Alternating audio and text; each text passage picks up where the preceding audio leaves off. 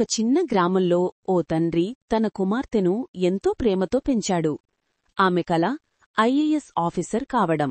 కాని ఆ కుటుంబం చాలా పేదది. ఆమె పేరు అనిత. పేదరికం ఆమెను ఆపలేదు. ప్రతిరోజూ స్కూల్కి 5 కిలోమీటర్లు నడిచేది. పుస్తకాలు కొనే డబ్బులేక లైబ్రరీలో చదివేది. అనితా, మన దగ్గర డబ్బులేదు, కాని నీ కలల్ని ఆపకు. నేనెంతో కష్టపడతాను నీ చదువుకోసం. నాన్నా, మీరు నా బలం. మీరు నన్ను నమ్మినంతవరకు నేను ఓడిపోను. అనిత రోజూ రాత్రి 10 గంటల వరకు చదివేది. విద్యుత్ లేకపోయినా కొవ్వొత్తి వెలుగులో చదివింది. ఆమెకు ఒకే లక్ష్యం, యూపీఎస్సీ క్లియర్ చేయడం. ఎన్నిసార్లు ఫెయిలైనా ఆమె వెనక్కి తిరగలేదు. ప్రతి ఫెయిల్యూర్ ఆమెను బలంగా మార్చింది.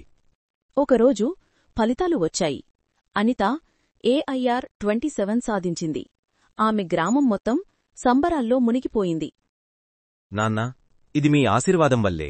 మీరు నమ్మినందుకే నేను సాధించగలిగాను. పేదరికం ఓ అడ్డంకి కాదు.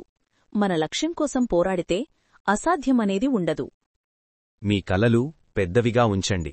వాటిని నమ్మండి. మీరు సాధించగలరు.